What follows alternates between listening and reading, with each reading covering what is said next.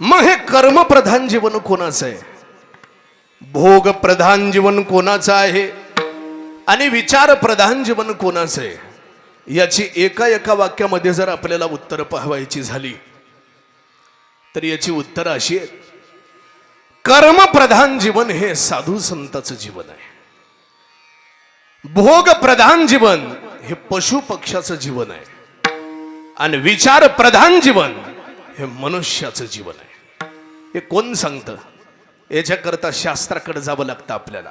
शास्त्र आपल्याला असं सांगतं, कर्म प्रधानम साधु जीवनंतु भोग प्रधानम पशु जीवनंतु